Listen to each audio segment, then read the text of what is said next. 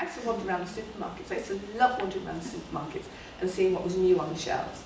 So I thought, right, this can't go on, even though I want to taste everything out there. Is any of this stuff I really want to be eating?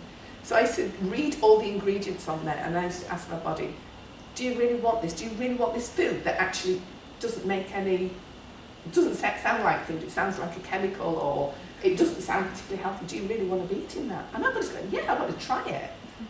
And then I'd try it, and I'd be conscious about it, and I'd say, so, is it as good as you thought it was? And I'd go, no. So do you really want it?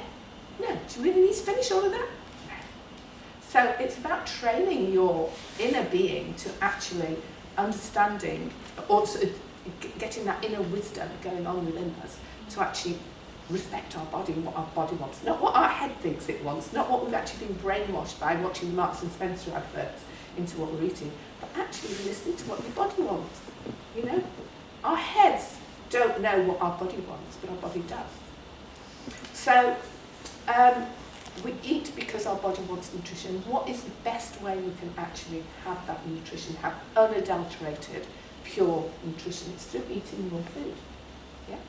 We will still get it from cooked food, but there will be times in our lives, whether we're healing, whether we want to raise our vibration because we're going somewhere or doing some work with ourselves, and we need our body to be clean and light, and we need to be doing something for ourselves to raise that vibration, then we're going to overload on really highly dense nutrient food.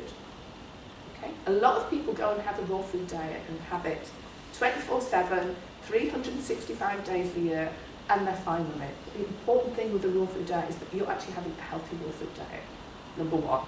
Because just as eating a normal diet that everybody eats out on the street, an omnivore diet, eating a vegetarian diet, eating a vegan diet, eating a raw food diet, any of these diets that are out there, you can be eating it in a healthful way, you can be eating it in an unhealthful way.